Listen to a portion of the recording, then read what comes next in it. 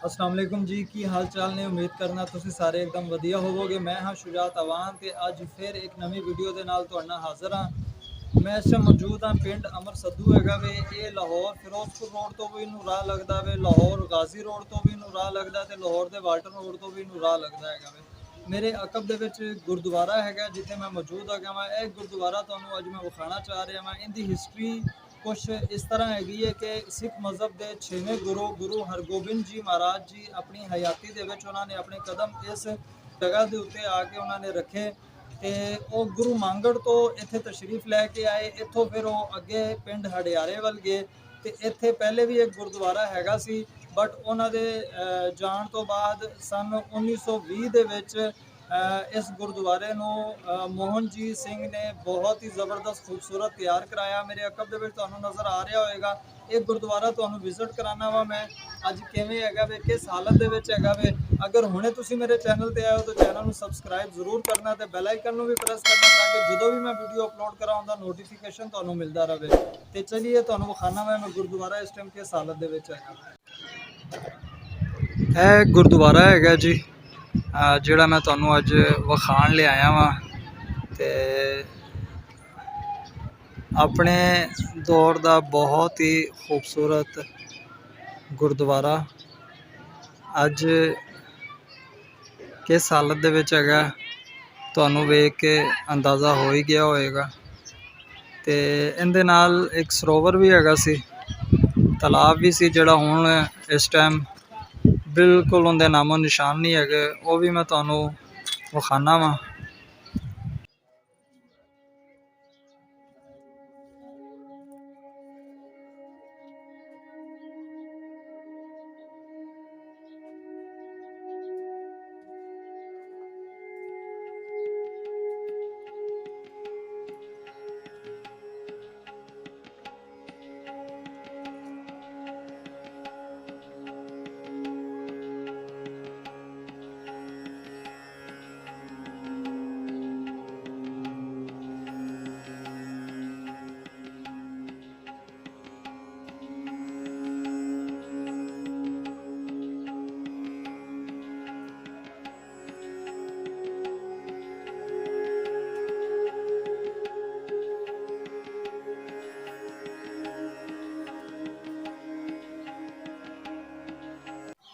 अच्छा, यह तुहानू जिहड़ा हैगा ना नज़र आ रहा होएगा। यह हुण मैं तो पढ़ नहीं सकता कि की लिखिया है, बट यह उस टाइम की ना लिखाई हुई है कि यह सारा जिहड़ा हैगा ना मार्बल हैगा वे, पत्थर हैगा वे।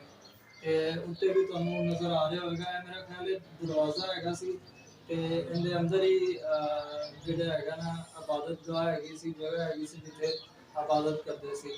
ते यह हुण जिहड़ा हैगा ना बंद हो चुकी हैगी है। ते तुसीं देख लो कि ज़मीन कितनी उच्ची आ गई है।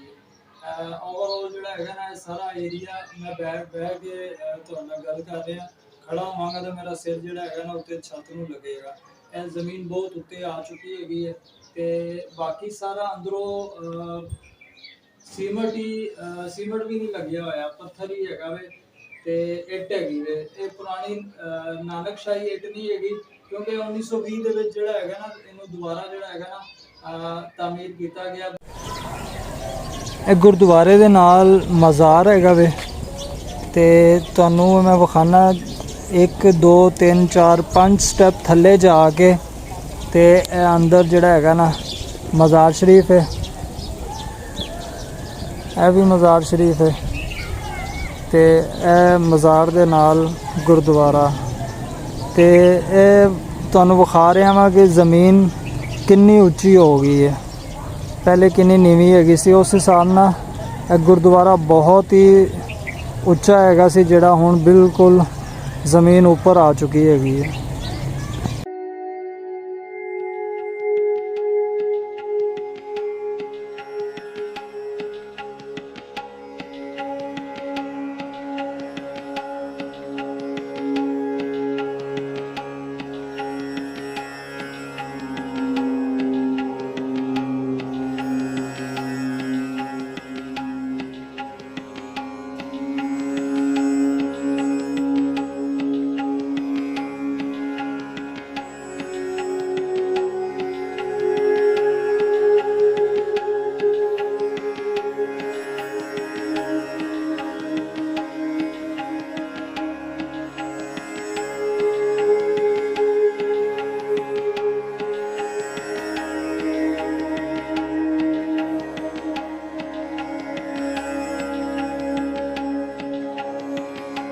अच्छा, यह जी जगह हैगी है ना, यह सारी मैं तुहानू विखा रहा, यह सरोवर होंदा सी, तलाब हैगा सी, ते जिहड़ा हुण इत्थे कुछ भी नहीं हैगा। बिल्कुल जिथे मैं खड़ा वा, इथों स्टैप थले उतरते सन सीढ़ियां दे, ते सारा तालाब हैगा सी, इत्थे सरोवर हैगा सी। डराउना भाई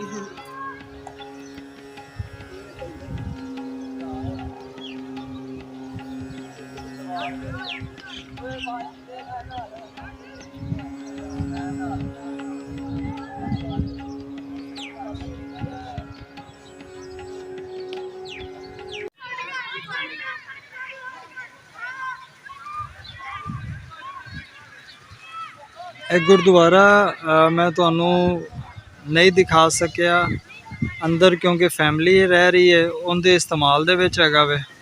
ते बाकी जिन्ना हिस्सा कोशिश मेरी हैगी सी मैं बाहरों तुहानू विखा सकदा सी, वो मैं तुहानू विखाया, विजिट कराया।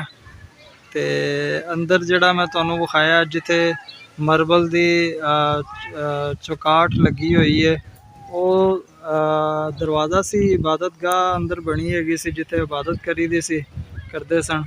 वो हुण हिस्सा जिहड़ा हैगा, वो सारा अंदर फैमिली दे इस्तेमाल दे विच हैगा वे। वो उहनू घर दे तौर ते इस्तेमाल कर रहे ने। ते बाकी बहुत ही सुंदर गुरुद्वारा अपने दौर का। हाले भी जिन्हें मैं गुरुद्वारे विजिट किए ने या तुहानू विखाए ने, उन्हां दे विचों काफ़ी बेहतर हालत दे विच हैगा वे।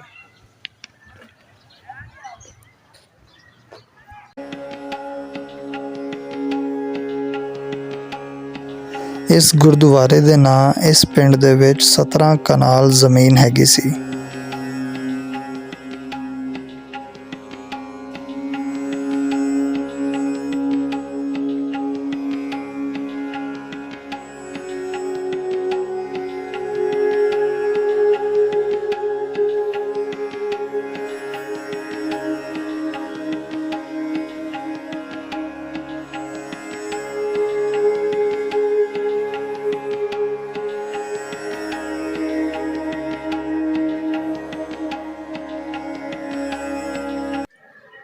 वीडियो अच्छी लगी है तो वीडियो को लाइक करो। अगर चैनल पे होने आए हो तो चैनल को सबसक्राइब करो, बेल आइकन प्रेस कर दो, ताकि जो भी मैं वीडियो अपलोड करा उनका नोटिफिकेशन तुहानू मिलता रहे। अपना बहुत ज़्यादा ख्याल रखो। इस तो ज़्यादा जिहड़े तुहाडे इर्द गिर्द लोग रहिंदे ने, उन्हां दा अपने तो वध के ख्याल रखो। मनु शुजात अवान नू दिओ इजाजत। अगली किसी वीडियो च नवी जगह के उत्ते तुहाडे नाल दोबारा मुलाकात होएगी। अपना बहुत ज़्यादा ख्याल रखो। अल्लाह हाफिज़।